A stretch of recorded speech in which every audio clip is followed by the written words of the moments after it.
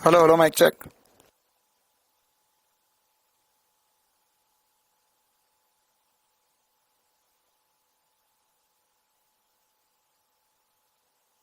हाँ भैया, audio clear है?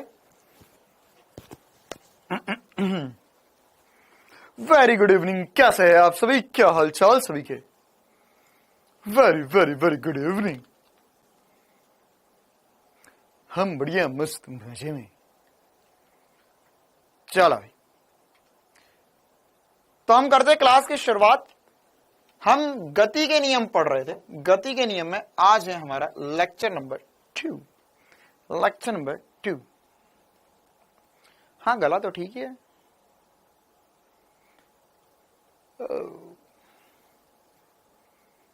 कैसा रहा पेपर? कल टेस्ट कैसा रहा?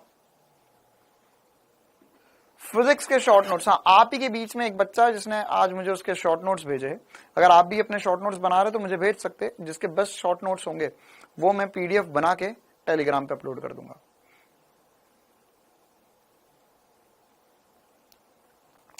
सबसे इंपॉर्टेंट सी बात कि आपको है ना, पेपर में या मतलब आप जो भी टेस्ट दे रहे, टेस्ट में एनालिसिस करना बहुत जरूरी है।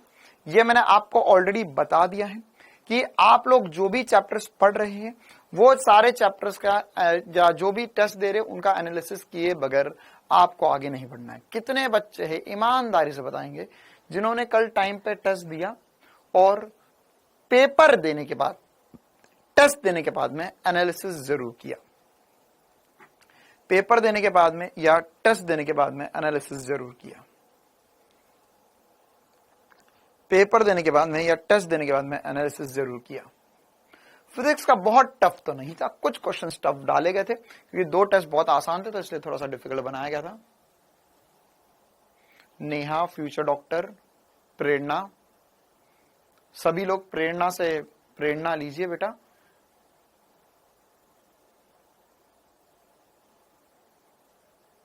क्यों नहीं किया? बाकी सबने क्यों नहीं किया है ना? सभी के लिए सबसे ज्यादा इंपॉर्टेंट है बेटा टेस्ट का एनालिसिस करना। चाहे जो हो जाए, टेस्ट का एनालिसिस करना ही है सभी को टेस्ट देने के बाद में, है ना। एक बार आज का भी समय लीजिए, जिन्होंने भी एनालिसिस नहीं किया है वो एक बार टेस्ट, पहली बार तो टेस्ट दीजिए, और अगर जिन्होंने टेस्ट दे दिया एनालिसिस नहीं किया तो एनालिसिस करो। ये आधा टेस्ट दिया, ये कौन सी भाषा है भाई? आधा टेस्ट कैसे दे दिया तुमने? बीच में बंद कर दिया। बहुत बढ़िया। हाँ, फिजिक्स में 2 सवाल थे जिनको मैं आपसे एक बार डिस्कस भी कर लेता हूं, वो मैंने करेक्ट करवा दिए। आप लोगों के मार्क्स बढ़ गए होंगे, अपने आप बढ़ जाएंगे, है ना। कौन कौन से 2 सवाल थे मैं एक बार बता देता हूं आपको। कौन कौन से 2 सवाल थे? हाँ भाई, एक ये वाला सवाल था फिजिक्स में, क्वेश्चन नंबर 104, जिसमें आई कैप, जे कैप, के कैप दिया गया था। एक्स वाई जेड के अनुदिश एकांश सदिश है, निम्न में से सही कथन कौन सा नहीं है, ये पूछा था। तो इसका सही जवाब था जे क्रॉस के 0 होगा, है ना। ये दिया था तो ये जवाब होगा इसका, ये करेक्ट हो चुका है। मतलब कि अब आपके इसमें अगर आपने ये दिया, ये मार्क किया होगा तो अपने आप आपके नंबर बढ़ गए होंगे। इसी प्रकार से एक और सवाल था, हाँ ये वेक्टर वाला सवाल था। और इसके अलावा 108 सवाल जिसमें बोला था कि बंदूक की गोली 37 में 100 मीटर दूरी, 100 मीटर दूर स्थित लक्ष्य की और 150 की ओर जीरो था। हाँ चलिए, 1500 दिया था, सही है। तो 1500 मीटर प्रति सेकंड की वेग से दागी जाती है तो लक्ष्य के कितने नीचे जाकर टकराएगी? तो इसका आंसर 2.2 सेंटीमीटर है। जिसने 2.2, मतलब पता नहीं कभी कभार सिस्टम में कुछ ऐसा एरर आ जाता है, तो 2.2 सिस्टम में मैंने भी फीड किया था 2.2 ही, लेकिन अब ठीक है वो 5 सेंटीमीटर ले लिया उसने। तो 2.2 जिसने भी किया था उसके मार्क्स अब बढ़ गए होंगे, मैंने दोपहर में करेक्ट करवा दिया था, है ना। तो अपने आप मार्क्स इंक्रीज हो गए होंगे, आप लोग एक बार चेक कर सकते हो। इसी प्रकार से क्वेश्चन नंबर 148, इसमें बोला गया था √3,3 एक बिंदु है और बोला है कि यह एक्स अक्ष के साथ कितना कोण बनाएगा, एक्स अक्ष के साथ कितना कोण बनाएगा, ठीक है। तो एक्स अक्ष के साथ कितना कोण बनाएगा ये, तो इसमें 0 डिग्री आंसर दिया हो, तो 0 डिग्री गलत है। इसका सही आंसर जो होगा वो 60 डिग्री होगा। तो जिसने 60 डिग्री आंसर किया था क्वेश्चन नंबर 148 में, उसका सही हो चुका है 60 डिग्री। ठीक है, मार्क्स बढ़ गए होंगे। आप लोग एक बार चेक करना, टेस्ट में भी मार्क्स ज्यादा दिखाएगा, आपकी रैंक भी अच्छी दिखाएगा, और उसमें आपके ऑटोमेटिकली ओवरऑल मार्क्स भी बढ़ गए होंगे। हाँ, 104 में बोल रहा हूं बेटा, 104 का ऑप्शन नंबर 1 चेंज करवा दिया गया, ऑप्शन नंबर 4 सही होगा, J क्रॉस K 0 हो जाएगा। चलिए, तो अब हम कहानी की शुरुआत करते हैं। हम मिलकर लेक्चर नंबर 2 गति के नियम शुरू करते हैं। तो आज की क्लास में हमें क्या करना है, आज की क्लास में मतलब हम बल समझ चुके थे, संवेग समझ चुके थे, गति के द्वितीय नियम पे चर्चा करनी है आज हमें, और इस पे बहुत सारे उदाहरण करेंगे, आवेग समझेंगे क्या होता है, और गति का तृतीय नियम भी समझेंगे हम आज की क्लास में क्या होता है। आने वाली 3 से 4 क्लासेस में आने वाली क्लासेस के अंदर मुक्त पिंड आरेख, अभिलंब प्रतिक्रिया बल, रस्सी में त्वरण, स्प्रिंग बल और छदम बल वगैरह हम लोग डिस्कस करने वाले हैं। तो यह इस चैप्टर का, इस वीक का कार्यक्रम रहेगा। क्लियर है मामला? चलो, तो हम करते हैं क्लास की शुरुआत और बढ़ते हैं आगे। गति का द्वितीय नियम क्या होता है, कल की क्लास में हमने देख लिया था। संवेग क्या था, यह भी हमने देख लिया था। संवेग में परिवर्तन क्या होता है, जो हमारे लिए स्ट्रॉन्ग, बेटा केमिस्ट्री भी क्वेश्चंस करेक्ट करवा दिए, चिंता ना करो। तो जो संवेग था वो भी हमने समझ लिया था, संवेग में परिवर्तन था वो भी हमने समझ लिया था। अब हमें क्या पढ़ना था, हमें न्यूटन की गति का द्वितीय नियम समझना है। न्यूटन की गति का द्वितीय नियम समझना है। तो न्यूटन की गति का द्वितीय नियम क्या होता है? यह कहता है, इस नियम के अनुसार किसी निकाय पर आरोपित बाह्य बल उस निकाय के संवेग में परिवर्तन की दर के बराबर होता है, तथा यह संवेग में परिवर्तन आरोपित बल की दिशा में होता है। संवेग में परिवर्तन आरोपित बल की दिशा में होता है। जिस दिशा में बल आरोपित होगा उस दिशा में ही संवेग में परिवर्तन होएगा। ठीक है, तो एक बार ये जो सब कुछ लिखा है ये पहले मैं एक्सप्लेन करूंगा, फिर उसके बाद आप यहां से कॉपी कर सकते हैं। सबसे पहले तो संवेग में परिवर्तन क्या होता है? तो सर, संवेग में परिवर्तन को हमने लिखा था डेल्टा पी, जो था D T final minus P initial. ठीक है, तो अब बल, न्यूटन का गति का नियम। अच्छा, अगर किसी को आज से पहले तक आपने, मुझे पता है न्यूटन का गति का नियम वगैरह पढ़ा हुआ है, तो अगर आपने प्रथम वेग से अंतिम वेग घटाया था, नहीं बेटा ऐसा नहीं होगा, चिंता ना करो, अंतिम से प्रथम ही घटाया होगा विशाल बेटा, नहीं होगा तो एक बार आप फोटो दे देना, मैं चेक कर लूंगा। चले, तो अब हम यहां पर एक दो और छोटी छोटी सी बातें समझते हैं। 139 है, वेरी गुड ब्यूटी बेटा। अब यहां पर है ना, आपका नाम ब्यूटी है, तो अब यहां पर भी हम कुछ ब्यूटीफुल काम कर देते हैं पढ़कर। तो यहां पर हमने बोला था डेल्टा पी या संवेग में परिवर्तन होता है P final minus P initial. अच्छा, अब इसमें P final minus P initial तक तो ठीक थी बात, लेकिन यहां पर अगर मैं बल लिख रहा हूं, तो बल, अगर आज से पहले आपने गति का नियम पढ़ा, द्वितीय नियम पढ़ा, तृतीय नियम पढ़ा, और आपने कल गलती से ऐसा पढ़ा हो F बराबर ma, सबसे पहली जो आपके दिमाग में बात है उसे मैं दूर करना चाहूंगा। जिसको आज तक लगता था F बराबर ma न्यूटन के गति का द्वितीय नियम है, ये गलत बात है। अच्छा, लास्ट वाले क्वेश्चन में दिया था तिर्यक टक्कर वाला, उसमें 2u cos थीटा है क्या? हाँ बेटा, वो 2 mv cos थीटा ही आंसर आएगा उसका। चलिए, यहां पर ध्यान देंगे अब सभी, जिसको ऐसा लगता था F बराबर ma न्यूटन की गति का नियम है, वो गलत है। न्यूटन की गति का द्वितीय नियम F बराबर ma नहीं है। F बराबर ma एक हिस्सा है न्यूटन के गति के द्वितीय नियम का। न्यूटन के गति के नियम के द्वितीय नियम के दो इंपॉर्टेंट से पार्ट है। ठीक है, पहला वाला क्या है? पहला वाला जो है वो F बराबर ma है, और दूसरा वाला पार्ट जो है वो vdm बटा dt है। अब दोनों क्या है, एक एक करके हम समझते हैं। F बराबर ma जो पढ़ा वो गलत था। तो अब संवेग में परिवर्तन होता है P final minus P initial. तो यहां पे गति का द्वितीय नियम कहता है भाई कि अगर तुम्हारे पास बल है तो बल बराबर होगा डेल्टा पी बटे में डेल्टा टी के। बल बराबर होगा डेल्टा पी बटे में डेल्टा टी के, मतलब कि जो बल होगा वो होगा संवेग में परिवर्तन के दर के बराबर। संवेग में परिवर्तन की दर क्या होती है? डेल्टा पी बटा डेल्टा टी। अच्छा, डेल्टा पी बटा डेल्टा टी क्या होगा? डेल्टा पी बटा डेल्टा टी क्या होगा? तो सर डेल्टा पी बटा डेल्टा टी है संवेग में परिवर्तन की दर। ओके सर, तो ये अभी आप डेल्टा डेल्टा करके लिख रहे हो। हाँ, हम इसे डेल्टा भी लिख सकते हैं या हम इसे डीपी बटा डीटी भी लिख सकते हैं। कब क्या लिखेंगे? सर डेल्टा मतलब बड़ा परिवर्तन, डीपी मतलब छोटा परिवर्तन, छोटा परिवर्तन। ठीक है, तो छोटा परिवर्तन जो होगा, छोटा परिवर्तन जो होगा वो डी से रिप्रेजेंट करेंगे, बड़ा परिवर्तन डेल्टा से रिप्रेजेंट करेंगे। ठीक है, अच्छा अब यहां पर हम आगे बढ़ते हैं, संवेग को क्या लिख सकते हैं? तो सर संवेग को हम दो भागों में लिखेंगे। क्यों? कि संवेग को एक और स्टेप पहले हम यहां पर ऊपर लिख देते हैं। संवेग बराबर होगा F बराबर D M V. M V संवेग क्या होता है? एम वी के बराबर। अच्छा सर, वेक्टर लगा देते हैं, सदिश रूप में लिखेंगे। अब देखो क्या हो सकता है, किसी भी वस्तु पे बल दो कारण लग सकते हैं, या तो उसके वेग में परिवर्तन आ रहा है या समय के साथ द्रव्यमान में परिवर्तन आ रहा है। क्या बात कर रहे हो सर, किसी का द्रव्यमान में भी परिवर्तन हो सकता है क्या समय के साथ? बिल्कुल हो सकता है। जैसे रॉकेट जो ऊपर जाता है ना, तो उसमें क्या होता है, बहुत ज्यादा गैस बाहर की तरफ निकलती है, इसी वजह से रॉकेट पे बल ऊपर लगता है, रॉकेट ऊपर की तरफ जाता है।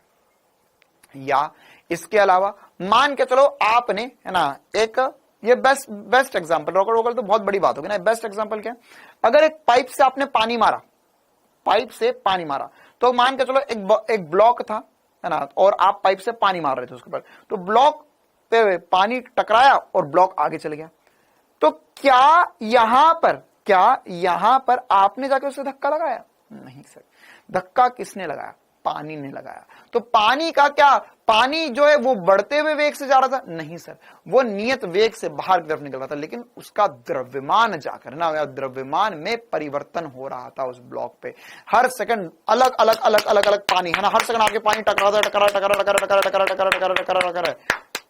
जिसकी वजह से ब्लॉक आगे चले गया। ठीक है, तो दो चीजें संभव है यहां पर। क्या दो चीजें संभव है सर? हम लिख सकते हैं यहां पर एक कंडीशन जो हम बचपन से करते आ रहे हैं, क्या कि सर इसमें द्रव्यमान कांस्टेंट रखूं तो मैं F बराबर लिख सकता हूं m dv बटा dt। द्रव्यमान नियत है, एक बार ऊपर लिख लेता हूं यहां पर, ऊपर द्रव्यमान नियत, तो द्रव्यमान नियत मतलब F बराबर लिखेंगे हम, यहां पर m बाहर आ जाएगा dv बटा dt, dv बटा dt। तो dv बटा dt जो होगा वह त्वरण के बराबर होगा, तो F बराबर m इंटू ए लिख सकते हैं। ठीक है, ये F बराबर m एक हिस्सा हुआ, एक पार्ट हुआ। हाँ, मशीन गन में भी बोल सकते हैं, बिल्कुल ठीक है। ये एक पार्ट हुआ किसमें? नियत द्रव्यमान में। F बराबर m है, न्यूटन की गति का द्वितीय नियम। दूसरा पार्ट होता है नियत वेग। क्या बोला हमने? नियत वेग। तो नियत वेग क्या होता है सर? नियत वेग के लिए हम लिखेंगे, नियत वेग के लिए लिखेंगे हम F बराबर, अच्छा अब वेग नियत हो तो v बाहर आ जाएगा, इसे लिखेंगे हम dm बटा dt। अब dm बटा dt को तो हम कुछ नहीं लिख सकते, ये क्या? द्रव्यमान में परिवर्तन की दर। ये क्या है? द्रव्यमान में परिवर्तन की दर। तो उस कंडीशन में हमें ये वाला फॉर्मूला लगाना पड़ेगा, F बराबर v dm बटा dt। ठीक है, F बराबर एम ए फॉर्मूला कहां लगेगा सर? हर जगह F बराबर एम ए लग सकता है, जहां पर भी हम द्रव्यमान पता और त्वरण निकाल सकते हैं, वहां से बल निकल जाएगा। अच्छा, तो ये वाला जो हिस्सा है, इस पे हमें ज्यादा मेहनत करने की आवश्यकता नहीं है। क्यों? क्योंकि त्वरण को डिटेल में हमने पिछले चैप्टर में पढ़ा और त्वरण हमें अच्छे से भली भांति रूप से आता है निकालते। लेकिन अगर हमने इसे द्रव्यमान से गुणा कर दिया, किससे गुणा कर दिया? द्रव्यमान से गुणा कर दिया, तो यहां पर यह बल बन जाएगा। तो F बराबर F बराबर ma। ओके सर, ये होगा द्रव्यमान इंटू त्वरण। ठीक है, तो ये वाला कब काम आएगा? ये वाला जो फॉर्मूला है ये कब कब काम आएगा, इसे याद रखना। सबसे ज्यादा इंपॉर्टेंट बात, ये कब काम आएगा? पाइप में, जब भी हमें पाइप से पानी का कोई सवाल हो, पाइप से पानी निकलना, या दूसरा इंपॉर्टेंट सवाल इसमें होगा रॉकेट वाला। रॉकेट प्रणोदय बोलते उसे, इंग्लिश में बोलते उसे रॉकेट प्रोपल्शन, रॉकेट प्रणोदय। ठीक है, इन दो कंडीशन भी सवाल करवाऊंगा मैं, लेकिन पहले ही मैं बता देता हूं ये वाले फॉर्मूले कहां पर काम आएंगे। आई बात समझ में? आ गई बात समझ में? हाँ ज्योति बेटा कोई बात नहीं, आप जाके देखो, मेरे को कोई दिक्कत नहीं बेटा, आपको जहां से समझ में आ रहा है ना वहां से समझ लीजिए, कोई दिक्कत नहीं है, ठीक है। चलिए, क्योंकि इस दुनिया में मूर्ख बनाने वाले लोग बहुत बैठे हुए, आपको वास्तविकता जो असल में चीज पढ़ाई जानी चाहिए वो छोड़ के सब कुछ पढ़ा देंगे, बोल देंगे चैप्टर खत्म हो गया, पढ़ ले भैया, मजा आ गया, बहुत बढ़िया। चलिए, तो समतल में गति, आपको जहां से मूर्ख बनना है बेटा आप बन सकते हैं, लेकिन मैं सही चीज पढ़ाऊंगा, अच्छा पढ़ाऊंगा और सही पढ़ाऊंगा मैं हमेशा। द्रव्यमान नियत होगा तो F बराबर ma होगा, और नियत वेग होगा तो F बराबर mdv बटा dt होगा। तो यही वाली बात जो है वो यहां पर लिखी गई है, ठीक है। तो क्या होगा यहां पर F बराबर m, ये d, F बराबर dp बटा dt, इसे m भी लिख सकते हैं, इसके दो भाग हो सकते हैं। क्या होगा, एक भाग होगा m dv बटा dt जिसे m भी लिखा, और एक भाग होगा v dm बटा dt जिसमें हमें रॉकेट वगैरह और पाइप वाले सवाल करने होंगे, ठीक है। अब एक एक करके इन पे सवाल करने की प्रक्रिया हम शुरू करते हैं। अच्छा, इसी प्रकार से आगे बढ़ूं तो क्या आगे बढ़ने से पहले क्या आप लोग मुझे ऐसा बता सकते हैं कि इसका मात्रक और विमा क्या होगी? बल का मात्रक, सर बल का मात्रक जो होता है वो न्यूटन होता है। क्या होता है? न्यूटन। हम जिसे चिन्हित करते हैं कैपिटल एन से। किससे चिन्हित करते हैं? कैपिटल एन से चिन्हित करते हैं। अच्छा, ये न्यूटन किससे बनता है? ये बनेगा सर F बराबर ma, या किसी से भी निकाल लो, बात बराबर ही है। द्रव्यमान होता है kg मीटर पर सेकंड स्क्वायर। क्या हो जाएगा? kg मीटर पर सेकंड स्क्वायर, इसका मात्रक हो जाएगा। इसी प्रकार से इसकी विमा क्या होगी? इसकी विमा क्या होगी? इसकी विमा जो होगी वह होगी, द्रव्यमान हो गया m। अच्छा, वैसे हमने निकाला हुआ, मैं तो बस एक्टिंग कर रहा हूं कि हम पहली बार निकाल रहे, बाकी हमने ये सब कुछ निकाला हुआ। ml-2 इसकी विमा होगी। क्लियर है? तो ये मात्रक और विमा हमें पता है। अच्छा, इसी प्रकार से अगर हम बोले इसका सीजीएस मात्रक क्या होगा? ये तो इसका ऐसा ही मात्रक होगा। सीजीएस मात्रक क्या होगा? इसको थोड़ा सा नीचे सेट कर देता हूं मैं। केजी भी उठकर भागा रे भागा, इसको रोक लो। हाँ, तो अब अगर हम यहां पर इसमें इसका सीजीएस मात्रक देखें तो सीजीएस मात्रक क्या होगा इसका? बताओ रे भैया, सीजीएस मात्रक। अरे सर, ये तो वही है। कौन? डायन। और इस दुनिया का सबसे खतरनाक आदमी का रिलेशन है ये डायनों के साथ। 1 न्यूटन जो होगा 10⁵ डायन के बराबर होगा। क्लियर है कहानी? तो ये इंपॉर्टेंट सी बात है जो हमें पता होना चाहिए थी। तो ये से ही मैंने ऑलरेडी आपको बता दिया था, लेकिन फिर से एक बार हम बल लिख रहे थे तो इसलिए हमने लिख लिया। अच्छा, अब आगे बढ़ते हैं। अब इस पे हमें सवाल करना शुरू करना है, तो बिल्कुल बेसिक से सवालों से हम शुरुआत करेंगे। ध्यान रखना भैया कि यह सदिश राशि होती है, त्वरण है ना, तो यह भी बल भी सदिश राशि होता है। वैसे लिख भी देते हैं यहां पर, बल कैसी? बल सदिश राशि है।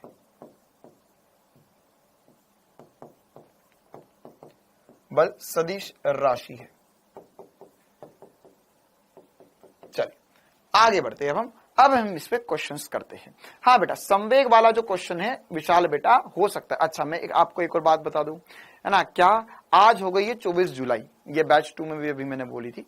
हाँ, केजी ये वही वाली बात है बेटा, इसको डायन को हम लिखेंगे ना ग्राम सेंटीमीटर पर सेकंड स्क्वायर। अच्छा, एक और बात, बहुत इंपॉर्टेंट सी बात, क्या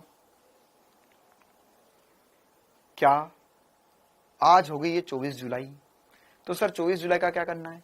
आज से 6 दिन बचे हुए, फिर ये महीना खत्म हो जाएगा। वैसे 31 का महीना है, लेकिन हम अगर एक संडे हटा देते तो 6 दिन बचते हैं सर। इन 6 दिन में 6 बच्चों का कोर्स बंद होने वाला है। अब वो 6 बच्चे कौन हो सकते हैं? जैसे एक का तो ऑलरेडी करवा दिया है ना, एक नहीं 2, आपकी क्लास से 3 हो चुके बैच से, ठीक है। अब 6 बच्चे और बचे हैं, ठीक है, तो मेरा टारगेट कंप्लीट हो जाएगा। मैंने टारगेट बनाया है, जैसे तुम टारगेट बनाते हो ना, इतना इतना पढ़ना है, तो वैसे मैंने टारगेट बनाया है कि 6 बच्चों का कोर्स बंद करना है 6 दिन में। अब उनमें से 6 आप में से कोई भी हो सकता है।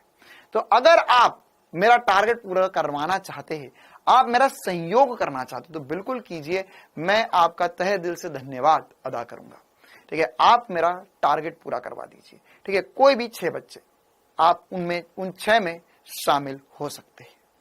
चलिए आगे बढ़ते हैं। अब क्लास को आराम से शांतिपूर्वक हम पढ़ सकते हैं, पढ़ा सकते हैं। हाँ भाई, तो पहला सवाल आज की क्लास का ना, ऐसे आज की क्लास में वैसे काफी सारे सवाल डिस्कस करने हैं, उसके बीच में कुछ कंसेप्ट आएंगे, फिर कुछ सवाल आएंगे। रेडी हो? चलो भाई, ओके।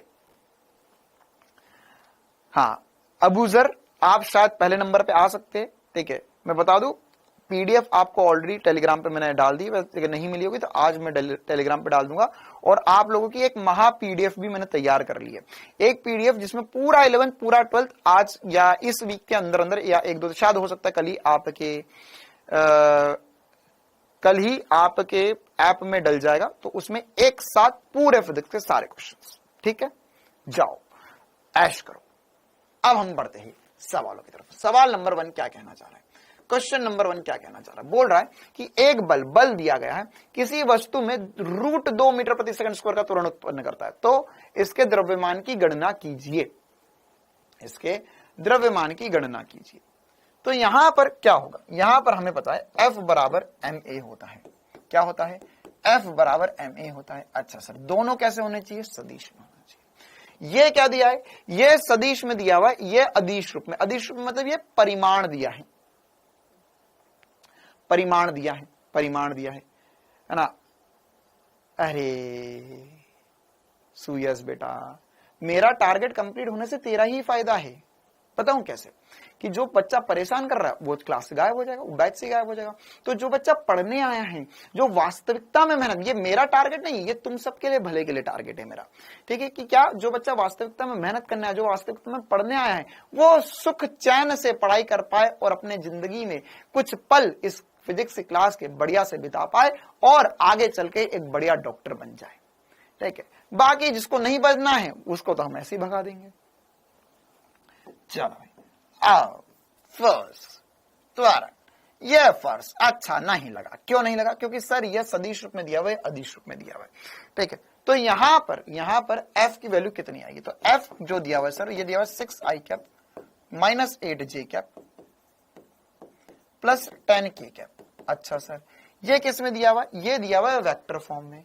तो मुझे क्या करना है? मुझे यहां पर इसको निकालना पड़ेगा परिमाण अनुसार, या वैल्यू निकालनी पड़ेगी। तो हो जाएगा 6 स्क्वायर प्लस माइनस 8 का स्क्वायर प्लस 10 का स्क्वायर। तो कितना हो जाएगा? ये हो जाएगा √36 प्लस 64 प्लस 100, मतलब √200 हो चुका है ना। इसको जोड़ो, 36 64 100 होता है, 100 100 200 हो गया। ये 2 में से 200, तो 200 2 जीरो में से 10 बाहर आ जाएगा, √2 न्यूटन। बल आ गया। अब क्या करना है? F बराबर ma लगा सकते। सर सीधे नहीं लगा सकते थे, लेकिन चक्कर वही था, ये सदिश, ये परिमाण दिया हुआ है, सदिश में दिया हुआ, तो ऐसे डायरेक्ट नहीं लगा सकते। तो हम क्या करेंगे? अब हम दोनों का परिमाण रख लेंगे सर। F का परिमाण बराबर होगा m इंटू a का परिमाण, वैल्यू वैल्यू वैल्यू वैल्यू। तो कितना हो गया सर? हो गया 10√2 बराबर होगा m इंटू √2। √2 ने दिया क्या? दिया एक दूसरे को काट दिया। तो ये 10 kg हमारे पास द्रव्यमान आ गया। हाँ भाई, मुझे लगता है सभी चीजों का आंसर बहुत पहले ही आ गया था। क्या सभी का आंसर आ गया था? सभी का मतलब बहुत सारों का आंसर आया, 10 किलो। Very good. चलो ऐसे ही आगे बढ़ते हैं और छोटे छोटे सवालों की तरफ। हाँ भाई, चलो, नहीं ये थोड़ा सा ज्यादा खतरनाक हो जाएगा। चलो ठीक है, ये सारे सवाल करते पहले। ये क्वेश्चन में दिया गया। अच्छा, अब थोड़ा घटक वटक भी लेने पड़ सकते हैं आपको, है ना। क्या कि हमें घर्षण रहित सतह पर हमारे पास सदिश सतह पर एक 5 किलो का द्रव्यमान रखा है। कितने का है? 5 किलो का। अच्छा लिखा हुआ, चलो बहुत बढ़िया। फिर बोला है कि 50 न्यूटन का बल चित्र अनुसार लगा है, ब्लॉक का त्वरण ज्ञात कीजिए। ब्लॉक का त्वरण ज्ञात कीजिए।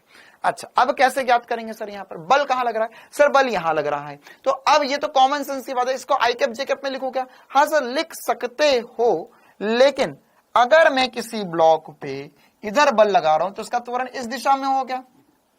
नहीं सर, इधर बल लगा रहे थे, इधर ही त्वरण हो जाता तो मामला ही खत्म हो जाता। F बराबर ma करते हैं हम। यहां पर 50 न्यूटन का बल है, 5 किलो द्रव्यमान है, मामला खत्म हो जाता। लेकिन सर एक्चुअल में चक्कर ये है क्या कि त्वरण इस दिशा में होगा। क्यों? नीचे तो जमीन है मेरे भाई, ऐसे जमीन तोड़ के थोड़ी ना लगे। तो यहां पर है ना, तुम्हारे पास कोई असीम शक्तियां थोड़ी ना आ गई। ठीक है, हाँ सर हम बन चुके हैं, वो कौन सा अंडरटेकर है ना, वो फाइटिंग वाइटिंग करते थे ना, अंडरटेकर वगैरह। या अच्छा इंडियन कौन था यार, क्या नाम था उसका, वो फाइटिंग वाइटिंग वाला WWE में एक अंडरटेकर था, और इंडिया से कौन था एक आदमी था ना एकदम सर खली, हाँ हम बन चुके सर खली, तो तुम खली बन चुके सर, धक्का लगा भाड़ा से तोड़ के अंदर गया, नहीं ऐसा नहीं, हाँ बस बस बस। तो यहां पर त्वरण तो इस दिशा में होगा, त्वरण इस दिशा में होगा, तो यहां पर हम क्या करेंगे सर, तो अब हमें क्या करना चाहिए, हमें बल के घटक कर लेने चाहिए, क्यों, कि सर बल इस तरफ है, अच्छा सर इसमें इधर की तरफ कोण दिया हुआ है 60 डिग्री, तो हमें कोण के साथ चाहिए या कोण के विपरीत वाला घटक चाहिए, सर हमें तो कोण के विपरीत वाला घटक चाहिए, क्योंकि इधर वाला जो बल है वही त्वरण करवा पाएगा, इधर वाला तो नीचे गिरा देगा इसे।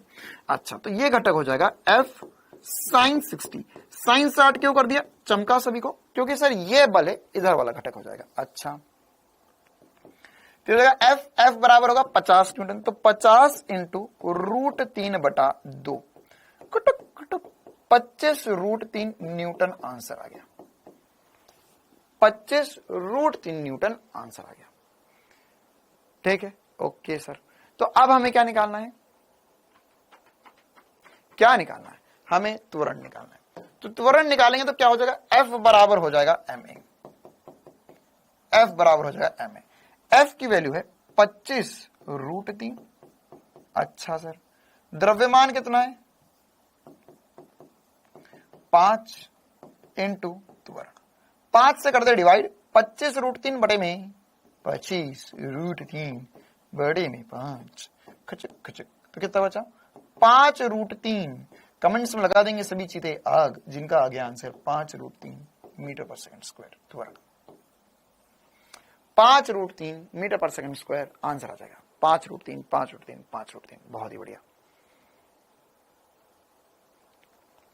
क्लियर है मामला, आया समझ में सभी को, चमकता है बढ़िया तरीके से। आगे बढ़ते और भी कुछ खतरनाक सवाल की तरफ। हाँ भाई क्या बोला है, सवाल में बोला है कि हमारे पास धातु के 2 किलो के ब्लॉक जो कि घर्षण रहित तल पर विरामावस्था में है। अच्छा रुको यार, पानी की धारा वाला मैं बाद में करवाऊंगा आपको, पहले तो हम हाँ ओके कहां गया विशाल को एक कल दिक्कत आ रही थी ना, देख एक और सवाल कर लेते इसी प्रकार का।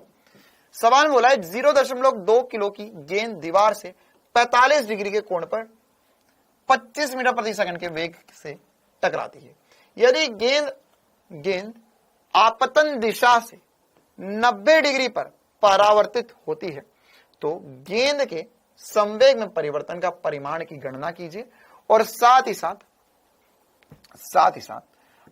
आपको इसी में क्वेश्चन में बोला गया है यदि गेंद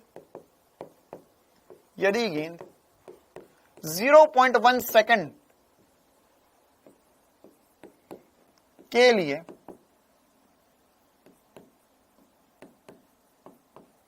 दीवार से संपर्क में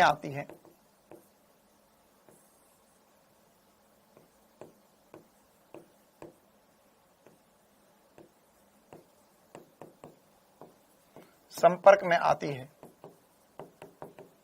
तब गेंद पर दीवार द्वारा बल, ठीक है, ये दोनों चीजें निकालनी है, पहले संवेग और फिर बल। अच्छा अब करते हैं आगे। सवाल में बोला है कि हमारे पास एक दीवार है, कल ही मैं समझा था भैया दीवार भी हो सकती है जमीन भी हो सकती है, ओके। फिर बोला है कि 45 डिग्री के कोण पर, अच्छा 45 डिग्री के कोण पर टकराती है, किसके साथ कोण है, दीवार से। अच्छा सर ये टकराई यहां पर, ये 45 डिग्री पर टकराई, ओके। अब टकराने के बाद 90 डिग्री घूम जाती है, ये सब तुम्हें मूर्ख बनाने की तकनीक है, यह सब कुछ तुम्हें मूर्ख बनाने की तकनीक है। अच्छा संपर्क गड़बड़ हो गया क्या भैया, एक बच्चा बोला सर स आधा मा लिख दो,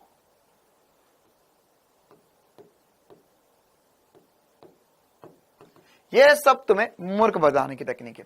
क्या क्या तकनीक है मूर्ख बनाने की? कि सर यहां पर हमें बोला दीवार से 45 डिग्री का कोण है, फिर 90 डिग्री घूम गई। अरे हमें भी पता है मेरे भाई कि अगर गेंद टकराएगी तो ये वाला कोण नहीं बोलकर भी 45 डिग्री बोला हुआ है। हमें तो लंब के साथ कोण पता होना चाहिए। और ये गेंद जब है टकराएगी तो टकराने के बाद में इधर जाएगी। तो एक बात बता, ये 45 डिग्री, ये 45 डिग्री, ये वाले कोण भी 45 डिग्री होंगे। क्यों? क्योंकि प्रत्यास्थ टक्कर हो रही है सर। तो अगर ये आई तो 45 और 45 कितना हो गया? 90 डिग्री घूमी। अरे तो मूर्ख बनाने वाली बात हो गई हमें। क्यों? कि सर ये गेंद आई, टकराई और टकराने के बाद में इधर चली गई तो कितने डिग्री घूमी? सर ये हमें पता है कि 45 डिग्री पर टकराई है, 45 डिग्री पर जाएगी। तो 45 से 45 कितना होता है? 90 होता है। ओ रे रे रे रे रे, हमें तो बना दिया मूर्ख, है ना? क्या कि सर यहां पर 90 डिग्री घूमे, तो ये कंफ्यूज करने के लिए दिया हुआ है। ठीक है, तो यह हमारे लिए इंपॉर्टेंट सी बात है जो हमें पता होना चाहिए। चलो अब क्या होगा सर यहां पर?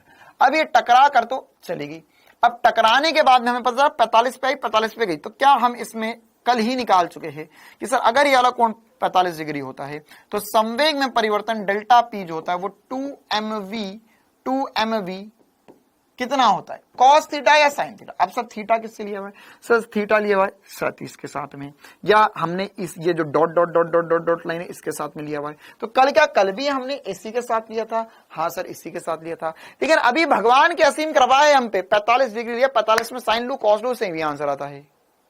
अरे सेम ही आंसर आता है। लेकिन हमने जो कल करा उसके हिसाब से लिख देते हैं सर, इसके घटक होंगे, एक घटक इधर आएगा, एक घटक इधर आएगा।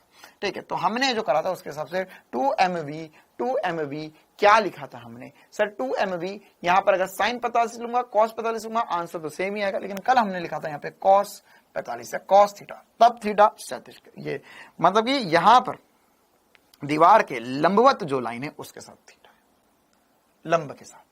तो यहां पर अब हमारा आंसर कितना आ जाएगा? संवेग में परिवर्तन हो जाएगा सर 2, द्रव्यमान है यहाँ पर 0.2 इंटू वेग कितना है? वेग है 25 इंटू 1/√2। कॉस 45 होगा वो 1/√2 होगा। तो आंसर कितना आ जाएगा सर? ये हो जाएगा 25 इंटू 2 50 इंटू 2 करोगे तो 100 हो जाएगा। तो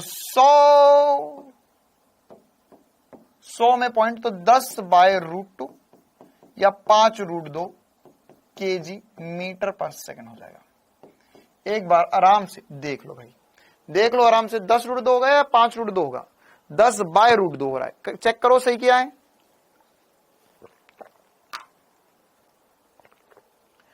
देख लो, यहां से पॉइंट उड़ेगा, बटे में 10 कर लो, जैसे आपकी मर्जी हो वैसा कर लो, पॉइंट उड़ा के कर लो। तो ये हो जाएगा 4 इंटू 25 100 हो जाएगा। 100/10 करोगे तो 10 हो जाएगा। फिर ये 10/√2 था, इसे लिख दिया मैंने 5 इंटू 2/√2।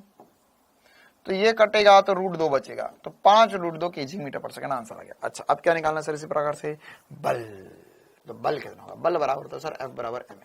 अच्छा द्रव्यमान कितना है? द्रव्यमान कितना है? द्रव्यमान सर यहां पर, अच्छा अरे सर ma, तो हमें तो त्वरण भी नहीं पता। अब क्या करेंगे? अब क्या करेंगे? अच्छा सर तो F बराबर ma लगाएंगे तो हमें त्वरण पता करना पड़ेगा। तो या हम ऐसा कर दे सीधे, क्या बोलती है जनता? Delta P by delta T कर दूं क्या? क्योंकि डेल्टा पी मैं ऑलरेडी निकाल चुका। अगर मैं ये नहीं निकालता तो फिर मेहनत करता, लेकिन मैं डेल्टा पी ऑलरेडी निकाल चुका हूं, तो delta P by delta T कर देता हूं। तो यहां कितना आ जाएगा सर? ये आ जाएगा 5√2 बटे में 0.1। तो ये पॉइंट उड़ेगा तो जो 50√2 न्यूटन। लगा दी जाए 0 से कमेंट्स में आंख जिनका आया है जवाब। 50√2, 50 कोस दूर जब बच्चा रोता है तो उसे फिजिक्स पढ़ा दिया जाए, 50√2 आंसर आ जाए। हैं? ये नहीं आया? संजना ऐसा ना करना, पुरानी क्लास देख के आना बेटा। संजना तूने पुरानी क्लास नहीं देखी? मुंह उठा कर आ गए यहाँ पर। मैं भी पढ़ूंगी फिजिक्स, मेरे को भी आएगा समझ में। फिजिक्स ने भगा दिया तुझे, नहीं समझ में आऊंगा, पुरानी क्लास देख कर आओ। चलो देखो, हाँ आगे बढ़ते हैं और भी कुछ क्वेश्चंस करते हैं। ओके देखो एग्जैक्ट वैसे के वैसे, अरे अब ये मैं नहीं कर रहा, अब ये आपकी बारी है, आपको करना है सभी को ये सवाल। मैं दे रहा हूं इसमें आपको पूरे 40 सेकंड का समय। देखते हैं कितने बच्चे आंसर निकाल पाते हैं।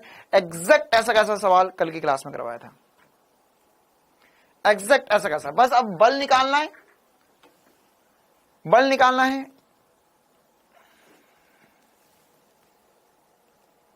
कल हमने संवेग निकाला था,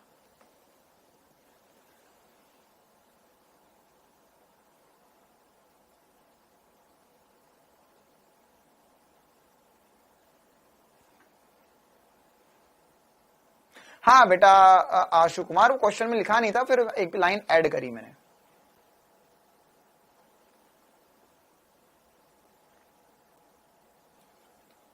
अरे इतनी जल्दी कैसे निकाल दिया, इतनी जल्दी, बहुत ही गजब। स्पीड ऑफ लाइट से आंसर निकाल दिया कुछ चीतों ने तो। इतनी देर में तो मेरे को सवाल भी नहीं पढ़ पाओ। सवाल में बोला 150 ग्राम की गेंद। अच्छा सर 150 ग्राम की गेंद है, 150 ग्राम की गेंद मतलब कितना हो गया, 0.15 केजी की गेंद है। बोला है कि 12 मीटर पर सेकंड की चाल से किसी दिशा में गतिशील है, बल्ले से मारने के पश्चात पुनः विपरीत दिशा में 20 मीटर पर सेकंड की चाल से लौटती है। देखो इसमें पिछली क्लास में मैंने सवाल करवाया था, गेंद को छोड़ा, टकराई और ऊपर उठी, उसमें ऊंचाई से हमने वेग निकाला था, इसमें सीधे वेग दे दिया है। अच्छा तो सबसे इंपॉर्टेंट सी बात यह है कि ये आई, बल्ले से मारा और गई, तो जब भी आकर जाती है तो ये आई है 12 से और गई है 20 से, और संपर्क का जो समय है वो हमें दिया हुआ है 0.01 सेकेंड। ठीक है, तो देखो सबसे इंपॉर्टेंट सी बात है वेग में परिवर्तन। आप कैसा भी कर सकते हो, आप पहले संवेग में परिवर्तन बटे में समय कर सकते हो, या आप त्वरण निकाल के इनटू द्रव्यमान कर दो, आंसर आ जाएगा। दोनों से एक ही चीज आएगी है ना, क्योंकि दोनों एक ही फॉर्मूले। क्या बोल रहा हूं मैं यहाँ पर, देखो क्या कर सकते हो आप करो F बराबर डेल्टा P बटा डेल्टा T, या आप F बराबर ma कर लो, क्योंकि दोनों एक चीज है, हमें पता है कि इससे तो ये बना था। तो क्या निकाले, पहले त्वरण निकाले, सीधे संवेग निकाल ले। सर सीधे संवेग ही निकाल लेते। तो यहां पर अब संवेग जो होगा वो 2mv होगा। नहीं सर, क्या ये 12 से गई 12 से आई, no no no no no no no, 2mv नहीं होगा। क्यों, क्योंकि सर अगर वो u से जाती, u से आती तो 2mu लिख लेते हैं। लेकिन अब क्या हुआ है, अब क्या हुआ है, यहां पर संवेग लिखेंगे द्रव्यमान इंटू वेग में परिवर्तन बटा समय, और वेग में परिवर्तन क्या होगा, द्रव्यमान तो है सर 0.15 इंटू वेग में परिवर्तन। सर ये जा रही है 12 से और ये आई है 20 से, ठीक है, मतलब माइनस माइनस प्लस हो जाएगा, माइनस माइनस प्लस हो जाएगा। आई बात समझ में। अच्छा किसी को ऐसा लग सकता है कि नहीं सर हम तो यहाँ पे 12 को नेगेटिव लेंगे 20 को पॉजिटिव लेंगे, तो बात बराबर ही है, आपको परिवर्तन निकालना है, आपका आंसर नेगेटिव में आ जाएगा। ठीक है, उसने तो परिमाण पूछा है बल का, उसने क्या पूछा है, परिमाण पूछा है बल का। बटे में समय है 0.01 सेकेंड। तो देखो यार ये पॉइंट उड़ेगा, ये पॉइंट से पॉइंट उड़ जाएगा, 2 अंक पॉइंट से पॉइंट उड़ गया। 15 इंटू ये इनका योग हो जाएगा, तो ये कितना हो जाएगा, ये हो जाएगा 22 नहीं 23 हो जाएगा, तो जाएगा 32 आ रहा है क्या, 32। तो मल्टीप्लाई करो, आंसर कितना आ रहा है, 15 इंटू 32, 15 इंटू 32 कितना हो जाएगा, ये हो जाएगा सर 480 न्यूटन, 480 न्यूटन, ये आंसर आ जाएगा। क्लियर है कहानी, आया समझ में। आप अगर नहीं सर हमको नहीं पता, हम तो ये 20 को नेगेटिव रखना चाहते या 20 को पॉजिटिव रखना चाहते, 12 को नेगेटिव रखना चाहते, रखो कोई दिक्कत नहीं, माइनस में आंसर आएगा। उसने ये नहीं पूछा, उसने बस परिमाण पूछा। तो मेन मुद्दा ये सवाल में ये पता होना चाहिए कि विपरीत दिशा जाकर टकरा कर आएगी तो दोनों को वेग को जोड़ना है, घटाना नहीं है, क्योंकि दिशा पलट चुकी है। कितनों का आंसर आ गया था एक बार जल्दी से कमेंट्स में आग लगा दो ताकि हम आगे बढ़ेंगे। अकिया, मोनू, राज, अंजलि, विपिन, क्या हो गया क्लास रुक गई, कृष्णा, अंशिका, हाँ फाइनल माइनस इनिशियल, अच्छा ठीक है ओके सॉरी, यहाँ पे 20 माइनस 12 कर दो। ओके, कोई दिक्कत नहीं है। फाइनल माइनस में इनिशियल करना था, बिल्कुल सही बात। 20 माइनस, अच्छा तो फिर हमने दिशा भी तो उल्टी रख दी। ये नेगेटिव होगा, ये माइनस 12 होना चाहिए और ये प्लस 12 होना चाहिए। तो 20 माइनस माइनस 12 कर दो, आंसर तो वही आएगा। मतलब अल्टीमेटली आपको दोनों वेग जोड़ने होंगे। क्लियर है? हाँ, वहां पे 12 माइनस 20 की जगह 20 माइनस 12 कर लो बेटा, क्योंकि ज्यादा सही क्या, फाइनल माइनस इनिशियल है। चल आगे बढ़ते हैं हम। अब हम इसके अलावा एक दो और प्रकार के सवाल करना चाहते हैं। ठीक है, ये हमारे पास VDM बटा DT वाला सवाल है। उससे पहले एक दो सवाल और कर लेते हैं। हमें बोला प्रारंभ में, अच्छा ये एक और सवाल है ना, इसके बाद में अभी तक मैं F बराबर MA पे सवाल करवा रहा हूं। इसके बाद में दूसरे प्रकार के सवाल करवाऊंगा मैं आप लोगों को। ठीक है, क्या है सवाल? प्रारंभ में स्थिर 3 × 10⁷ किलो द्रव्यमान के एक जहाज को, अरे बाप रे, 5 × 10⁴ न्यूटन का बल लगाकर 3 मीटर तक खींचा जाता है। यदि घर्षण नगण्य है तो जहाज की चाल कितनी हो जाएगी ये बताना है। ठीक है, जहाज की चाल कितनी हो जाएगी ये बताना है। तो कैसे करेंगे ये सवाल को, क्या क्या दिया पहले एक बार लिख लो। थोड़ा सा मुश्किल लग रहा है सवाल सर तो। यहां पे द्रव्यमान दिया, सबसे पहले द्रव्यमान कितना दिया? द्रव्यमान दिया 3 × 10⁷ किलो के बराबर दिया हुआ है। अच्छा, फिर बल दिया है 5 × 10⁴ न्यूटन के। अच्छा, और दूरी दी थी सर, ये अजीब आदमी है, 3 मीटर, और चाल पूछ ली है, प्रारंभिक चाल 0 है। तो देखो कहीं कहीं से मुझे हिंट मिली कि सर यहां पर अगर मुझे वेग निकालना है तो मेरे पास दो चीज हो गई। फिर से देखो, अब ये सीधी सीधी बात है, जिसको सरल रेखा में गति आता है उसके लिए सब बाएं हाथ का खेल है। जिसको सरल रेखा में गति समझ में आता है तो वह उसके लिए बाएं हाथ का खेल है। क्यों? क्योंकि यहां पर अगर हमारे को v निकालना तो v बराबर होगा v² बराबर होगा u² + 2s, गति का तृतीय समीकरण। क्यों? क्योंकि हमें प्रथम के लिए समय तो पता नहीं है। तो अब क्या करेंगे सर, अगर हमें अंतिम वेग निकालना है तो हमें त्वरण पता करना होगा। तो एक्चुअल में जो मामला दिया गया हमें, ये हमें त्वरण के लिए दिया गया। F बराबर होता है ma के। तो बल कितना? बल है 5 × 10⁴ बराबर होगा द्रव्यमान। द्रव्यमान कितना? 3 × 10⁷ इंटू त्वरण। त्वरण हमें नहीं पता। अच्छा सर, तो कितना आ जाएगा सर? ये हो जाएगा 5/3 5 × 10⁴ बटे में 3 × 10⁷। सर बहुत अजीब हो रहा है, होने दो, कोई दिक्कत नहीं है, एक बार सॉल्व करते हैं। सर यहां से सॉल्व करके आया 5/3 × 10⁻³ आ गया सर। यहां नीचे लिख देते वैसे, त्वरण जो आ जाएगा ये देखो, ये कटेगा तो यहाँ 10⁻³ बचेगा। 3 जीरो नीचे बढ़ेंगे, 4 और 7, तो 3 जीरो बचेंगे। तो 5/3 × 10⁻³ त्वरण आ गया।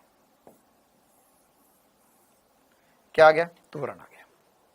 क्लियर है मामला? अभी तो त्वरण आया है, अब हमें निकालना है अंतिम वेग। तो कैसे आएगा सर?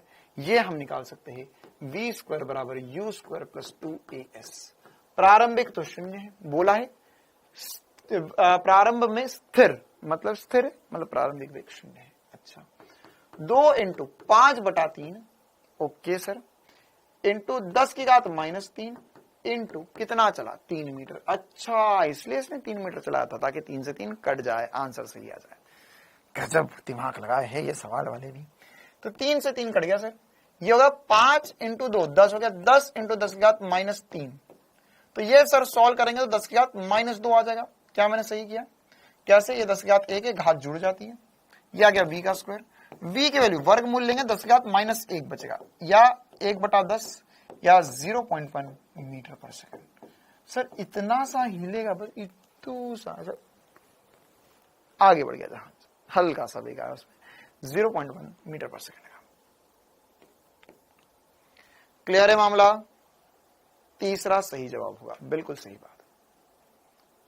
चल और आगे बढ़ते हैं, है ना। अब हम जो F बराबर VDM बटा DT वाला फॉर्मूला है, वो वाला जो सूत्र था उस पे सवाल करने वाले है ना। F बराबर MA पे तो बात आसान लगने लगी।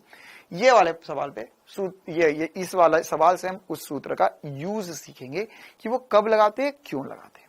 ठीक है, 5 किलो वाला 5 किलो का द्रव्यमान दिया हुआ है, तो 5 किलो द्रव्यमान वाला ब्लॉक घर्षण रहित तल पे रखा है। पानी की एक धारा 4 मीटर पर सेकंड के वेग के साथ ब्लॉक से टकराती है। तो जब भी पानी टकरा रहा है ब्लॉक से, जब भी ऐसा सवाल आए, मतलब क्या करना है, मतलब हमारे को कहीं कहीं हिंट मिलना शुरू हो गई सर कि हमारे पास पाइप वाला सवाल आ चुका है, F बराबर V dm बटा dt लगाना है। धारा की प्रवाह दर 3 किलो प्रति सेकंड है। दूसरा हिंट 3 किलो प्रति सेकंड दिया हुआ है। तो अगर हम याद करें F बराबर V dm बटा dt को, ठीक है, तो आप चाहो तो इसमें कैसे पता चलेगा कि ये वाला फॉर्मूला यूज करना है सवाल में, जैसे यहां पर भी सबसे पहले वाला जो फॉर्मूला लिखा था हमने कि कैसे पता चलेगा dm बटा dt करना है, ये सवाल में कहीं ना कहीं ये हिंट रहेगा, ऑप्शन में रहेगा या क्वेश्चन खुद में रहेगा, जहां पे केजी पर सेकंड में कुछ ना कुछ दिया होगा। केजी पर सेकंड में मतलब जिस दर से द्रव्यमान बढ़ रहा है या जिस दर से द्रव्यमान घट रहा है प्रति सेकंड। क्यों? क्योंकि dm बटा dt क्या होगा बेटा, dm बटा dt के, अच्छा मैं अगर तुमसे पूछूं dm बटा dt की विमा या मात्रक क्या होगा, सिर्फ द्रव्यमान प्रति सेकंड, ये क्या होगा, द्रव्यमान प्रति सेकंड। तो क्या ये सभी को चीते की सोच समझ में आ रही है कि सवाल में हम कैसे पता कर लेंगे कि क्या हो रहा है। तो ये है जबरदस्त चीते की सोच, dm बटा dt। मतलब जब भी मेरे को सवाल में ऐसा दिखाई दे, ये लिख लो अपने भाषा में चाहो तो, कि जब भी हमें dm बटा dt या kg पर सेकंड में दिखाई दे, kg पर सेकंड में क्वेश्चन में मात्रक आए, मतलब इसका डायरेक्ट मतलब है हमें F बराबर V dm बटा dt यूज करने को कह रहा है। वो देख सवाल ने खुद बोल दिया, हमें समझ में आ गया कौन सा फॉर्मूला लगाना है। हाँ, ग्राम पर सेकंड भी हो सकता है, बिल्कुल ग्राम पर सेकंड भी हो सकता है। ठीक है, चलो तो अब हम आगे बढ़ते और सवाल को करते ही शुरुआत। तो सवाल में बोला है हमारे पास यहां पर एक क्या बोलना चाह रहा है, हमारे पास एक ब्लॉक है, 5 किलो का द्रव्यमान है। ठीक है, अब इसमें हमें यहां पर एक पाइप दिया गया है। ठीक है, इस पाइप से पानी आ रहा है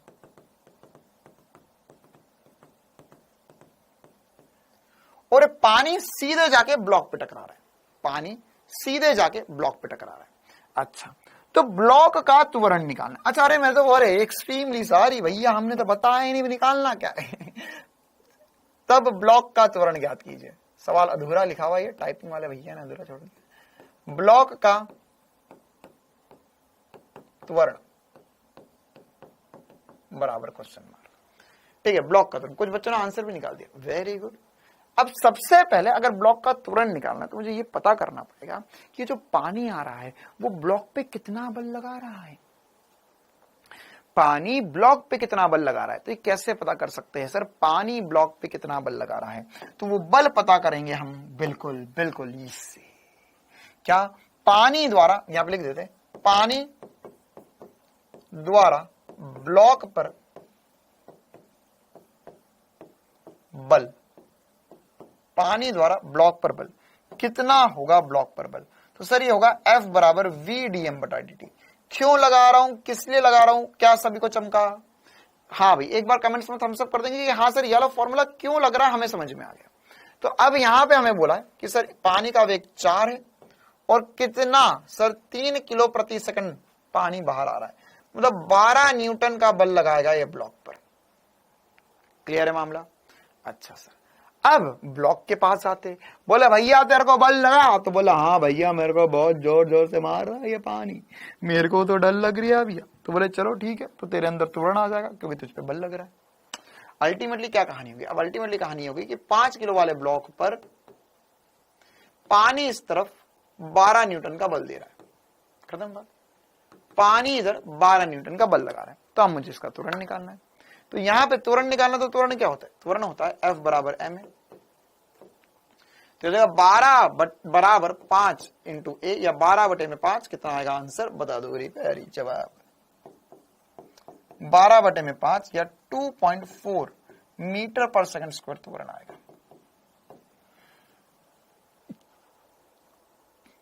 2.4 मीटर पर second square is the correct answer for this question.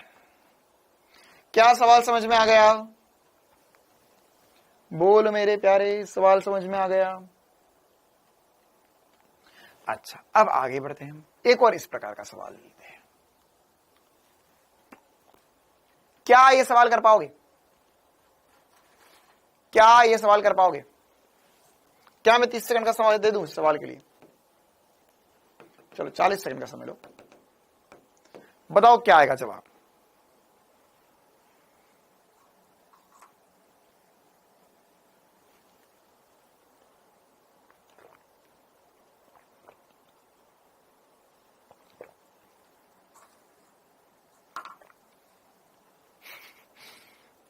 Sumit बेटा, तू भी मेरे रेडार पे, तेरे को भी, तेरा भी कोर्स ब्लॉक करवा दूंगा मैं किसी दिन, है ना। 6 दिन में 6 टारगेट ढूंढने, उसमें एक तो भी है। हमारे एक बैच में एक बच्चा है जो पिछले साल से पढ़ रहा है ना, वो कभी कभी पढ़ता रहता है और उसको पता नहीं क्या खुजली होती है, अजीब अजीब कमेंट करता है। तो मैं याद हो तो मैंने बहुत बार क्लास में इसका नाम लिया है, इसको डांटा है। अब बोल रहा है सर इतने समय आपसे पढ़ रहे हैं तो आपसे पढ़ते पढ़ते वो हो गया है। देख भाई, मैं शादीशुदा आदमी हूं, ठीक है, पढ़ाई लिखाई पर ध्यान दे, बाकी अब मुझे तुम्हारा पता नहीं तुम कैसे हो। देखो, तो सवाल पढ़ लेते एक बार। सवाल में हमें बोला है कि धातु के 2 किलो के ब्लॉक जो कि घर्षण रहित तल पर विरामावस्था में रखा गया है, पानी की धारा 1 किलो प्रति सेकंड की दर से 5 मीटर प्रति सेकंड के वेग से टकराती है, ब्लॉक का प्रारंभिक त्वरण। सेम सवाल डिक्टो कॉपी पेस्ट। क्या मैं सीधे सॉल्व कर दूं? यहां पर F बराबर हो जाएगा VDM बटा DT, ब्लॉक पर बल पानी द्वारा बल, तो पानी द्वारा बल क्या हो जाएगा? ये हो जाएगा VDM बटा DT। तो आंसर क्या हो जाएगा? आंसर क्या हो जाएगा? आंसर हो जाएगा सर वेग कितना है? 5 × 1 किलो पर सेकंड बल लग रहा है, सॉरी द्रव्यमान भरा 5 न्यूटन का बल आ गया। अब ब्लॉक का त्वरण,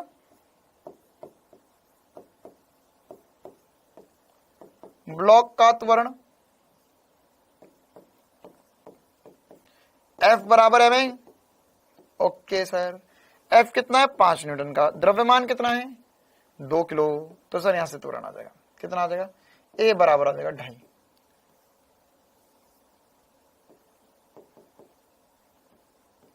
2.5 मीटर पर सेकंड स्क्वायर। अच्छा सर, लेकिन निकालना तो और ही कुछ है, निकालना तो और ही कुछ है। तो क्या निकालना है? यहां पे हमें बोला है कि यहां पर ब्लॉक का अच्छा त्वरण ही निकालना, और सही यही तो, सॉरी प्रारंभिक वेग पूछा है, प्रारंभिक त्वरण ही निकालना है ना। प्रारंभिक त्वरण ही निकालना तो कोई दिक्कत वाली बात नहीं, सीधे सीधे हमने प्रारंभिक त्वरण निकाल दिया, बिना पेन उठाए कर दिया। Very good. चलो आगे बढ़ते हैं। तो ये सारे सवाल हमारे एक तरीके से समाप्त होते हैं। अब हमें कुछ अलग प्रकार के सवाल करते हैं। ये कौन सा सवाल है रे भाई? बकवास सा। और भाई ये पेन, ये सवाल बताओ तो 30 सेकंड में जवाब बताना है सभी को, 30 सेकंड के अंदर जवाब बताना है इसका।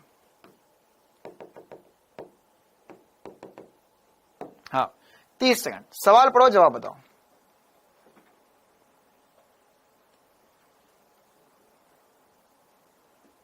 सवाल पढ़ो जवाब बताओ।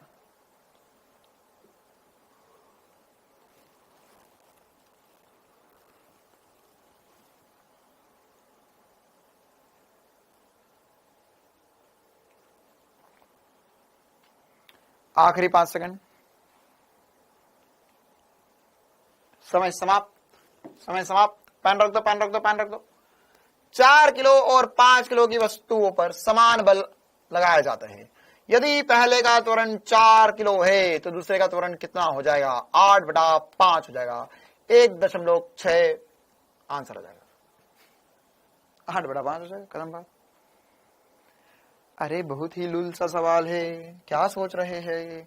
मेरे पास एक डब्बा है, कितने किलो का है? 4 किलो का है सर। इस पे कुछ बल लगा F, बहुत बढ़िया। कितना त्वरण आया?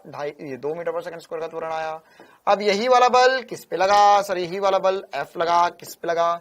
सर 5 किलो वाले पे लगा, बहुत बढ़िया। इसका त्वरण क्या आएगा? इसका त्वरण पता नहीं सर कितना आएगा, निकालना है। अच्छा बहुत बढ़िया। अच्छा तो ये बल कितना आ जाएगा सर, ये बल आ जाएगा 8 इंटू 5, सॉरी 4 इंटू 2, 8 हो गया, 8 न्यूटन का बल लग रहा है।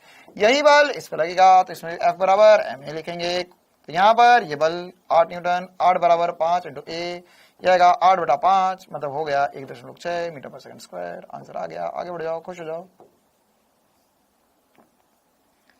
क्लियर है कहानी? या अगर सर हमें मेहनत नहीं करना, हम और कैसे कर सकते थे? तो देखो, इतना ना करते तो ऐसा भी कर लेते। F बराबर होता है ma, F बराबर होता है ma, बोला समान बल, समान बल, समान बल, ठीक है। तो m इंटू ए कॉन्स्टेंट होना चाहिए, m इंटू ए नियत होना चाहिए। तो m इंटू ए नियत होगा तो इसको ऐसा कर सकते थे, क्या? पहले वाले के लिए और दूसरे वाले के लिए m1 a1 बराबर होगा m2 a2 के। बस कहानी खत्म। इससे भी कर सकते थे, या इसके अलावा आपको ये भी, अगर ऐसा होता तो ये भी बात समझ में आनी चाहिए। वैसे ये अब काम नहीं आएगा, लेकिन फिर भी अभी एक बार रिवीजन टाइप के लिए बता रहा हूं। m व्यक्त क्रमानुपाती होगा त्वरण के, या त्वरण व्यक्त क्रमानुपाती होगा द्रव्यमान के, दोनों बात बराबर लिखी हुई।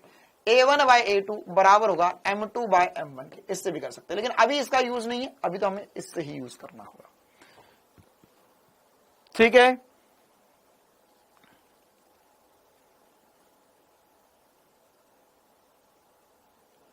क्या वो बेटा क्वेश्चन सही से नहीं लिखा? पंडित बेटा क्वेश्चन सही से तो लिखा हुआ है। अच्छा, पूरा नहीं लिखा, लिख देते पूरा। तब यदि प्रथम का त्वरण इतना है, तब दूसरे ब्लॉक का या 5 किलो 5 किलो ब्लॉक का त्वरण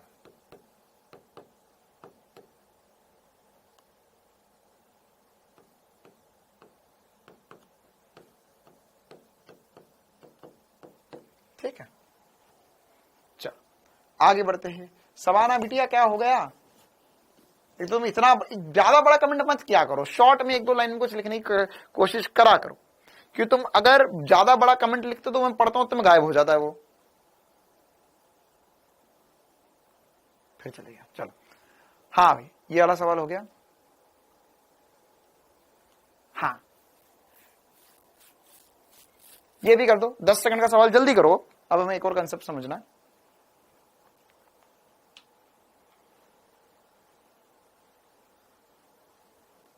जल्दी करो, 10 सेकंड का सवाल। ये और ही आसान सवाल, इसमें तो कुछ मतलब इसमें दूसरी वाली मेहनत ही करना है, एकदम आसान सी बात। हमें बोला है एक वाहक पट्टिका पर 0.5 किलो प्रति सेकंड, आय हाय हाय 1 किलो प्रति सेकंड मतलब F बराबर VdM/dt लगेगा। अच्छा, के दर से द्रव्यमान गिराया जाता है। पट्टिका का वेग 2 मीटर पर सेकंड बनाए रखने के लिए आवश्यक बल का मान क्या होगा? मतलब इसमें क्या बोल रहा है? इसमें तो ऐसा है कि हमारे पास पानी बाहर आ रहा है पाइप में से, तो वो कितना बल लगा रहा है बस, या उसे पकड़ रखने के लिए कितना बल की आवश्यकता होगी। ये हमारे पास पट्टिका है, ये 2 मीटर पर सेकंड से चल रही है, इसके ऊपर धर धर धर धर धर करके द्रव्यमान गिर रहा है प्रति सेकंड। तो यहां पे F बराबर VdM/dt होता है। तो वेग कितना बनाए रखना है? 2, और कितना आ रहा है? 0.5 किलो पर सेकंड, या आधा किलो पर सेकंड। आधा इंटू 2 करोगे 1 आ जाएगा। 1 न्यूटन का बल लग रहा है, ये लगाना पड़ेगा। मतलब ये 1 न्यूटन का बल पट्टिका पे लगा रहा, हमको 1 न्यूटन का बल पट्टिका पे लगाए रखना पड़ेगा उसे चलाते रखने के लिए। चल आगे बढ़ते हैं अब हम। हाँ, तृतीय नियम की तरफ हम जाएंगे। उससे पहले अब मैं आपको एक और नई बात बताता हूं, है ना। मतलब ये तो सारे बेसिक से कैलकुलेशन वाले क्वेश्चंस थे जो हमें पता होना चाहिए था। ये वाली बात अब जो मैं बोल रहा हूं, आपने जो क्वेश्चंस लिखे उसके बाद में लिख सकते हैं। क्या नई बात है? अब आज से मतलब ये वाली बात मैं तुम्हें पहले भी समझा चुका हूं, लेकिन अब से ये वाली बात को और हमें गंभीरता से लेना होगा। और हम अगर m की वैल्यू क्यों नहीं है, अरे भाई साहब, सवाना बिटिया नाम इतना प्यारा है,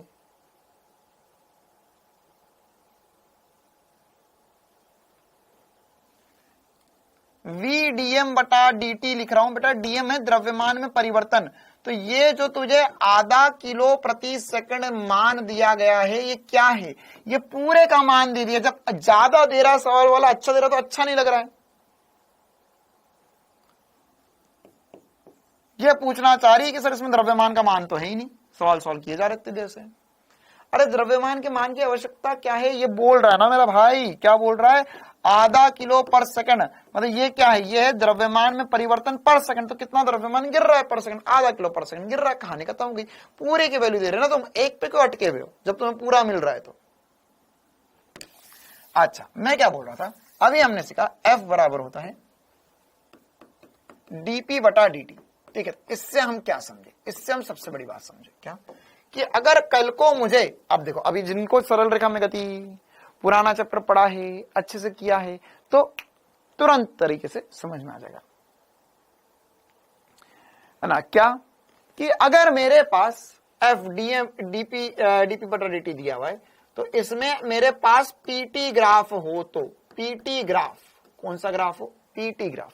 तो पीटी ग्राफ, अगर पी और टी के बीच में ग्राफ बनाया तो पीटी ग्राफ की ढाल बल देती है। क्या मैंने सही बोला? पीटी ग्राफ की ढाल बल देती है।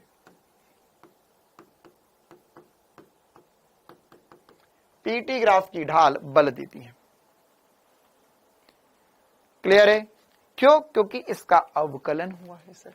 अवकलन मतलब ढाल होता है। अच्छा, अब मैं इसमें ऐसा भी कर सकता हूं, इस dt को इधर मल्टीप्लाई कर दो, तो एफ dt जो होगा वो बराबर होगा dp के। तो कल को ऐसा भी हो सकता है कि आपको एक समीकरण दे दे संवेग का t में, और आपको अवकलन करने का बोल दे, और वो पूछे बल क्या है, या आपको बल दे दे और समाकलन करके संवेग में परिवर्तन पूछ ले। ऐसा सवाल आया नहीं है नीट में आज तक, लेकिन ऐसा बन सकता है, इसमें कोई दिक्कत वाली बात नहीं है। जैसे हम लोग वेग दे देते थे, पूछते थे त्वरण क्या है, तो अवकलन करते थे। वेग देते थे, स्थिति पूछते थे तो समाकलन करते थे। तो वैसा का वैसा संबंध और सवाल बन सकता है। एक आधा मैं सवाल बना के आपको प्रैक्टिस करवा दूंगा। अच्छा, पहले तो ये बताओ कि अगर मैं एक एफ टी ग्राफ बनाऊंगा, एफ और टी, तो ये रहा एफ और ये रहा टी, तो एफ और टी ग्राफ से क्या पता चलेगा? तो सर एफ और टी का इंटीग्रेशन हो रहा है, तो एफ टी ग्राफ का क्षेत्रफल, एफ टी ग्राफ का क्षेत्रफल, ये इसका क्षेत्रफल संवेग में परिवर्तन, संवेग में परिवर्तन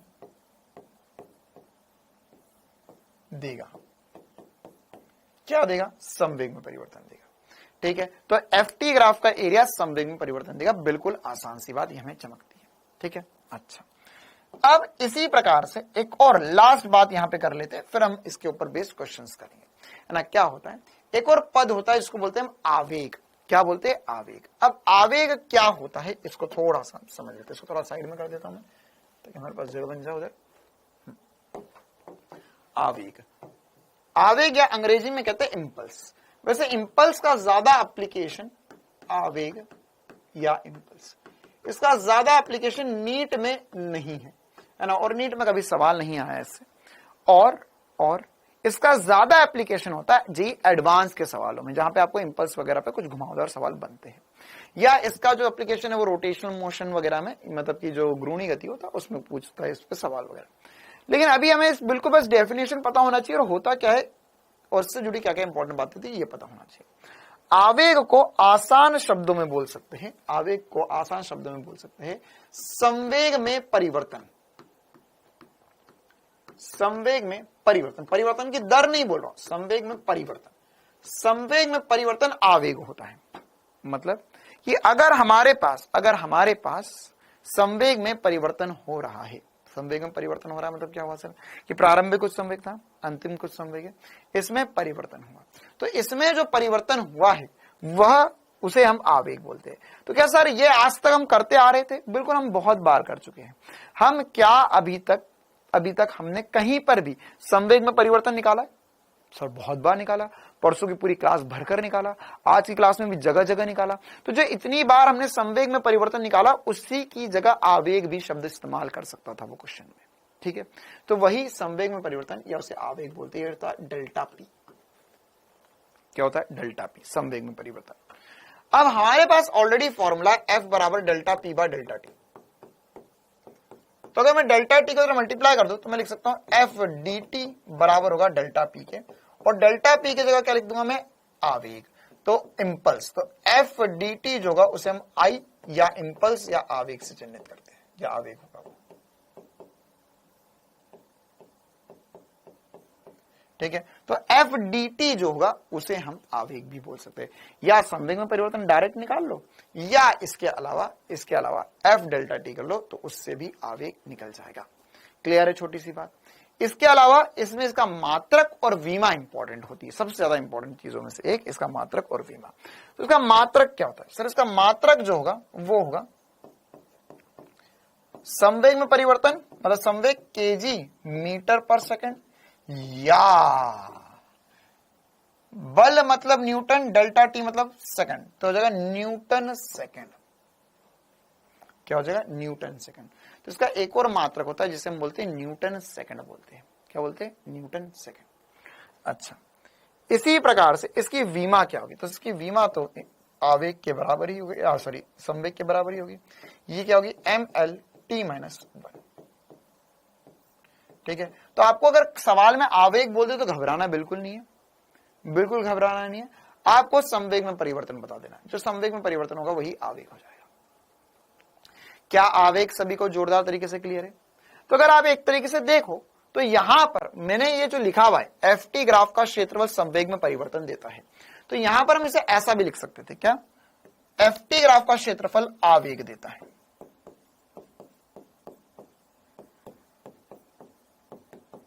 ठीक है। या मैंने यहां पर ये जो लिख रखा है इसको मैं ऐसा भी लिख सकता था, क्या, इंटीग्रेशन एफ डी टी बराबर होगा आई के, आई या इंपल्स के बराबर होगा। क्लियर है मामला। तो ये छोटी सी बात आवेग को लेकर हमें सबको पता होना चाहिए, ठीक है। अब इसका एप्लीकेशन, या सर इसको हम कहां पर फील कर सकते हैं, तो इसको फील करने के लिए हमारे पास देखो क्या होता है, मतलब इसको एक्चुअल में हमें वही बोल रहा हूं, नीट इतनी बातें नहीं पूछे हमसे कभी, लेकिन हमें इसका एक्चुअल फील क्या है, जिंदगी में एक्चुअल फील क्या है। इंपल्स हम वहां पे डिफाइन करते हैं जहां पर हमारे पास बहुत कम समय में बहुत ज्यादा फोर्स लग जाता है। ऐसा बहुत ज्यादा फोर्स नहीं, बिल्कुल तोड़ दिया वस्तु को, नहीं, मतलब कंपेरेटिवली कब होगा, जब गेंद दीवार पे टकरा के वापस आ गई, ये वहां पर जो संवेग में परिवर्तन हो वो आवेग हो गया। हमने गेंद को बैट से मार दिया, तो गेंद को बैट से मार दिया, तो सर बैट से मारा मतलब क्या हो गया, ये जो होगा वह आवेग के बराबर ही होगा, क्योंकि वहां पर क्या आवेग हुआ, झटके से जब भी हमें फोर्स लगा तो क्या होगा, आवेग। या मान के चलो कि तुम है ना आधी नींद में थे, तुम उठने को तैयार ही नहीं हो, तुम्हें घर में 50 बार बोला जा रहा है भाई उठ जा पढ़ाई लिखाई कर लो, 9 बजे तक पड़े रहते हो, फिर भी तुम उठ नहीं रहे हो, और अचानक से कहीं से तुम्हारे गाल पे एक चाटा पड़ा, तो वो क्या है, वो आवेग है, चाटे के लिए आवेग हो गया। या कहीं से उड़ती हुई एक चप्पल या झाड़ू तुम्हारी तरफ आ गई, या कहीं से बेलन उड़ता हुआ तुम्हारे तरफ आ गया, तो वो क्या है, वो तुम्हें आकर लगेगा और वो क्या होगा, आवेग। बहुत कम समय में बहुत ज्यादा बल। क्लियर है, हाँ, तो यह आवेग होगा। चल, तो ये ऐसी बातें हमसे पूछी जा सकती है। तो अब इस पर आधारित एक दो सवाल कर लेते। जैसे हमारे पास ये एक सवाल है, यहाँ पे ग्राफ है, तो ये ग्राफ दिया हुआ है, एफ टी ग्राफ दिया हुआ है। कौन सा ग्राफ दिया, बल और समय के मध्य ग्राफ दिया हुआ है। तो बल और समय के मध्य ग्राफ, मतलब इससे क्या पता चलेगा सर, बल और समय के ग्राफ का क्षेत्रफल क्या देता है, क्या देता है सर, बल और समय। ओके सर, यहां से क्या पता चलेगा, यहां पर हमें आवेग या हमें इसके क्षेत्रफल से संवेग में परिवर्तन पता चल सकता है। तो हमें क्या क्या पूछा है, यही पूछा है कि वक्र देखिए, बल और समय के मध्य दिया हुआ है, बेसबॉल पर प्रदान आवेग और बेसबॉल पर आरोपित औसत बल क्या होगा। ठीक है, दोनों चीजें करते हैं, एक एक करके करेंगे। तो अब सबसे पहले समझते प्रदान आवेग। आवेग क्या होता है सर, आवेग होगा संवेग में परिवर्तन, है ना। तो संवेग में परिवर्तन कितना हो रहा है, तो संवेग में परिवर्तन कहां से पता चलेगा, देखो कितने कम समय के लिए लग रहा है ना, 1 सेकंड से 2.5 सेकंड, मतलब केवल 1.5 सेकंड का अंतराल है 1.5 सेकंड में बल लगा है। कितना बल लगा है? 1.5 सेकंड में इसमें बल लगा है सर 18,000 न्यूटन का बल लगा है। 18,000 न्यूटन का बल लगा है 1.5 सेकंड में। तो बहुत ज्यादा बल बहुत छोटे समय में। ठीक है, तो अब यहां पर आप मार खाए मम्मी से, नहीं मैंने कभी ऐसे ज्यादा काम करे ही नहीं। चलो देखो, हाँ भाई मैंने मार खाते देखा बहुत है, लेकिन हाँ वैसे देखो ऐसा होना पॉसिबल नहीं है ना कि अगर आप बड़े हो जाओ और आप अपने मम्मी पापा से मार ही ना खाओ, तो ऐसे तो फिर क्या ही जिया, फिर तो मतलब तुमने कुछ किया ही नहीं जिंदगी में। ठीक है, तो मार तो खाई है भाई, सब नहीं खाई है ना। मैं तो मतलब एक बार तो मेरे को मतलब बहुत सारी बातें होती है, इतनी याद नहीं रहती है ना, अब इतने साल हो गए, लेकिन एक बात मेरे को आज भी याद है। ठीक है, एक बार क्या हुआ था कि जैसे मेरे पापा, जब मैं 7th 8th 6th 7th class में था, तो होमवर्क जो होता था, ठीक है, तो मेरे पापा कभी होमवर्क चेक करते थे कि मैंने होमवर्क किया नहीं किया, या टेस्ट आने वाला था तो मेरे पापा बोलते थे ये सब याद कर रखना, मैं तुझसे पूछूंगा। तो एक बार मैंने, संडे का दिन था, मेरे को पता नहीं क्या साइंस या सोशल साइंस की कोई सी कॉपी थी, मेरे को पता था कि टेस्ट वेस्ट आने वाला है, संडे के दिन पापा पूछेंगे जरूर। तो मैंने वो कॉपी छुपा दी थी, और कॉपी में मैंने बोल दिया कि वो तो मैंने अपने दोस्त को दे दी। ठीक है, और बुक और कॉपी, मतलब बुक और जो क्लास वर्क कॉपी रहती है, वो दोनों छुपा दी। और मैंने उसको, हमारे घर में शेल्फ थी, और शेल्फ में बहुत सारी सूटकेस रखी हुई थी, तो सूटकेस के बीच में फंसा दिया ले जाकर मैंने। ठीक है, अब संडे का दिन था, मैंने शनिवार रात को छुपा दी थी। अब संडे के दिन बैग में ढूंढा, मिली नहीं, घर में ढूंढा, मिली नहीं, मैंने वो तो मेरे दोस्त को दे दी, या शायद स्कूल में रह गई। अब बात ये हुई कि उसके बाद में सोमवार के दिन पीरियड नहीं था, मंगलवार बुधवार के दिन शायद पीरियड था, मैं खुद भूल गया वहां छुपा के। मैं परेशान हो गया कि मेरी बुक गई कहां, मेरी कॉपी कहां गई। मैंने पूरी क्लास को बोल दिया, भाई मेरी बुक और कॉपी नहीं मिल रही। सब बच्चे मिलकर ढूंढ रहे, मैडम भी ढूंढ रही है। मैडम को, मैडम आप एक बार देख लेना, आपको मैंने मैडम को जाके बोल दिया, मैडम आपको मैंने चेक करने के लिए दी थी, आपने चेक करके वापस ही नहीं करी मेरे को कॉपी। मैडम ने कॉपी ढूंढ रही, स्कूल में सब आधे बच्चे मिलकर कॉपी ढूंढ रहे। फिर मेरे को 2-3 दिन बाद याद आया, मैंने तो वहां ऊपर छुपा दी थी। फिर मैंने कॉपी निकाल कर बैग में रख ली चुपचाप। फिर अगले दिन जाके बोल दिया कि अरे वो मेरा एक दोस्त था, उसके पास मिल गई, ट्यूशन वाला दोस्त दिया था।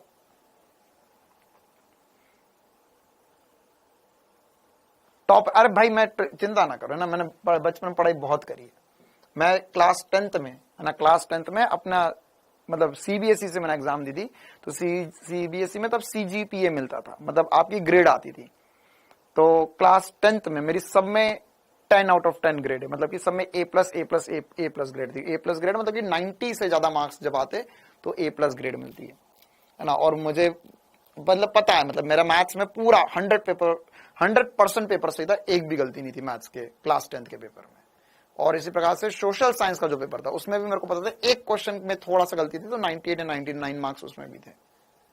अरे चलो भाई, हम तो सवाल करें, आवेग क्या होता है। तो बहुत कम समय में बहुत ज्यादा बल लग गया। तो यहां पर हमें आवेग निकालना, तो आवेग या संवेग में परिवर्तन, मतलब इसका क्षेत्रफल निकालना है, सीधी बात है, क्षेत्रफल निकालना है। तो सबसे पहला सवाल, क्षेत्रफल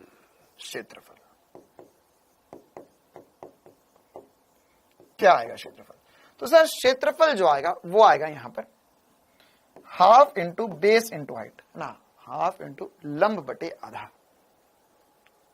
तो यहां पर एसएसटी क्या ट्यूशन जाते थे? अरे नहीं भाई, एसएसटी का ट्यूशन नहीं जाते थे तब। चलो देखो, तो यहां पर अब ये 1 सेकंड से 2.5 सेकंड, 1 सेकंड से 2.5 सेकंड के बीच में, यहां पर 1 सेकंड से 2.5 सेकंड के बीच में हमें कितनी दूरी, ये मतलब दूरी या लंबाई कितनी होगी। तो 1 से 2.5 के बीच में सर ये हो जाएगा 1.5 इनटू लंब हो गया सर 18,000 है। ठीक है, तो एक ये कैसे करा, क्षेत्रफल समझ में आया।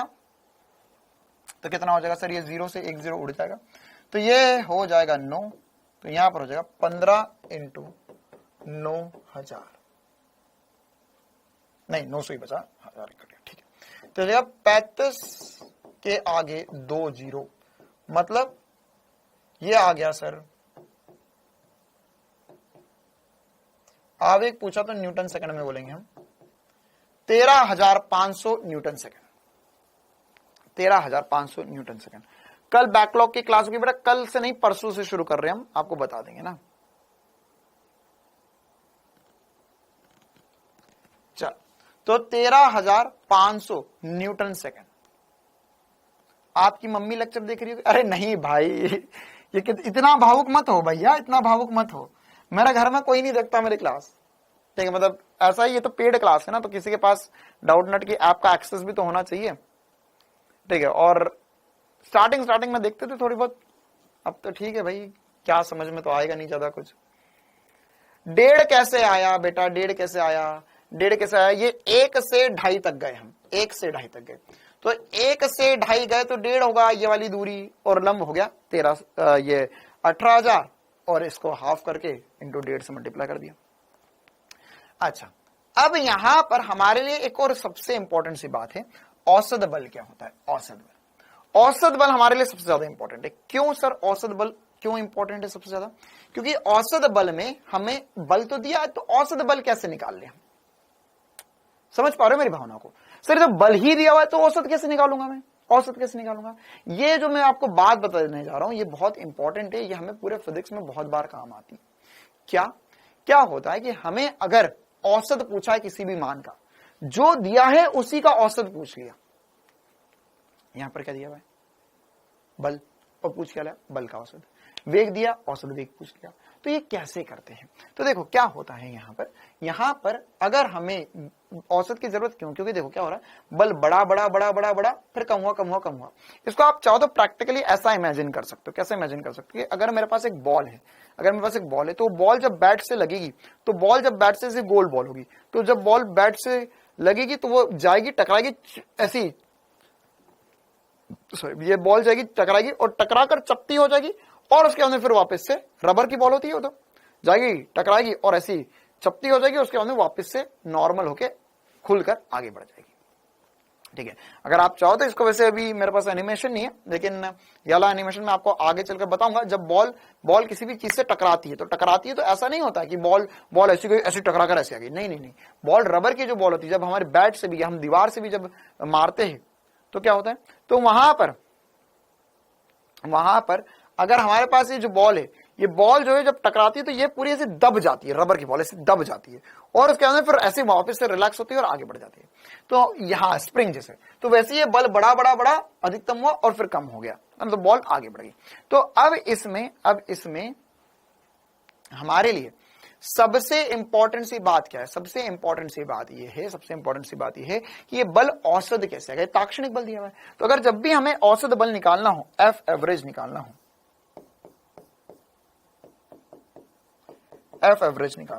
तो ये होगा, देखो बल किससे आता है? संवेग में परिवर्तन। तो ये होगा संवेग में परिवर्तन बटा समय, संवेग में परिवर्तन बटा समय। अच्छा, तो क्या संवेग में परिवर्तन हमने निकाला? हाँ सर, संवेग में परिवर्तन निकाला। कितना आया सर? आया 13,500 बटे में कितना था? 1.5 सेकंड समय लगा। तो अगर आप चाहो तो वैसे इस निकाला ऊपर वाले से ये 9,000 आएगा। कैसे निकाला? ये ऊपर वाला पूरा का पूरा रख लो, 1.5 से, मतलब ये 1.5 हट जाएगा, तो 18,000 का आधा, मतलब 9,000 आ जाएगा। या इसका आपको वास्तविक फॉर्मूला जानना हो तो वास्तविक फॉर्मूला भी, ये भी वास्तविक ही फॉर्मूला है। इसको एक और दूसरे तरीके से भी लिखा जा सकता है। दूसरे तरीके से कैसे लिखा जा सकता है? देखो यहां पर ही लिख देता हूं, यहां पर थोड़ी सी जगह, एफ एवरेज। आपकी कॉपी में जहां लिखा उसके नीचे लिख लो। ये हो जाएगा delta P by delta T, एक फॉर्मूला है। या इसको लिखने का एक और तरीका होता है, integration F D T upon में इंटीग्रेशन डी टी। देखो एफ डी टी का इंटीग्रेशन मतलब संवेग, और डी टी मतलब डेल्टा टी, तो इसको ऐसा भी लिख सकते हैं। अरे मूर्ख मुस्कान बेटा, आप सभी की मुस्कान छीन कर मानोगे एक दिन। मैं 4 बार बोल चुका हूं, 2.5 है, लेकिन शुरू कहां से हो रहा है? 1 से, तो 1 से 2.5 1.5 नहीं होगा क्या मेरे प्यारे? 2.5 - 1 करेगा तो 1.5 आएगा। चल ओके, क्लियर है मामला।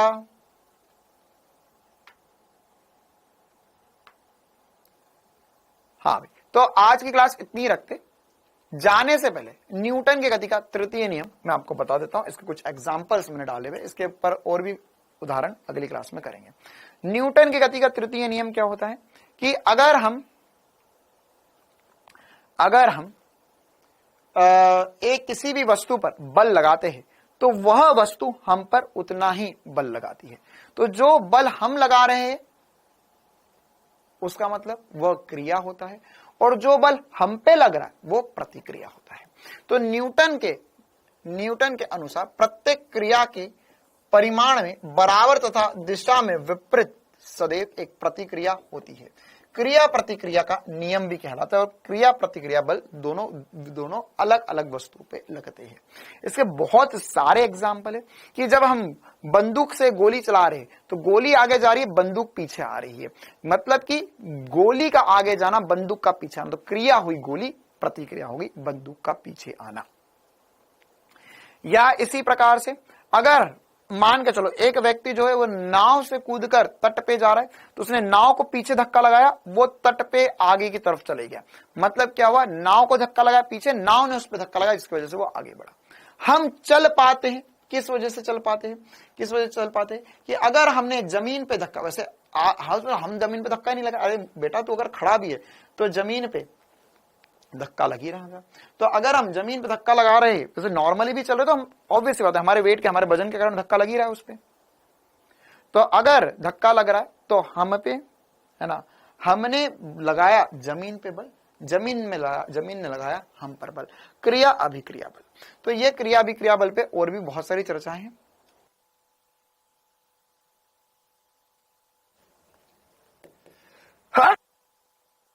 सॉरी, तो क्रिया अभिक्रिया बल पे और भी चर्चा है ना। ये कुछ महत्वपूर्ण बिंदु है, ये एक बार आप रीड कर लेना, ये यहीं पर ही है। कल की क्लास में मैं आपको इनको थोड़ा सा एक्सप्लेन करूंगा, और उसके अलावा इस पे और भी आगे चर्चा हम करेंगे।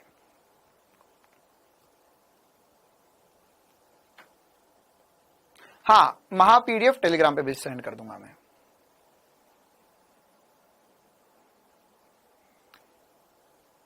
और कुछ डाउट? कॉपी छिपा, अरे बेटा कॉपी वो बहुत पहले ना, मतलब मैं बोल रहा हूँ ना 4th या 5th क्लास में था, इतना छोटा था तब की बात है वो। तो फिर तो ऑब्वियस सी बात है, थोड़ा और बड़ा होता तो पढ़ाई के लिए सीरियसनेस आई जाती है।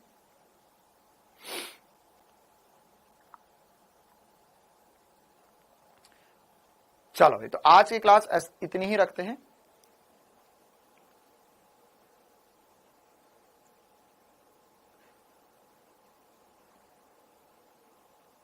टेस्ट में नंबर कैसे बेटा, टेस्ट में नंबर बढ़ाने का मैंने तरीका बताया आपको। आप एक बार एनालिसिस कीजिए, आपका क्यों गलत हो रहा है, क्या गलत हो रहा है, उसके हिसाब से आप देख पाओगे ना कि आप क्या गलती कर रहे हो।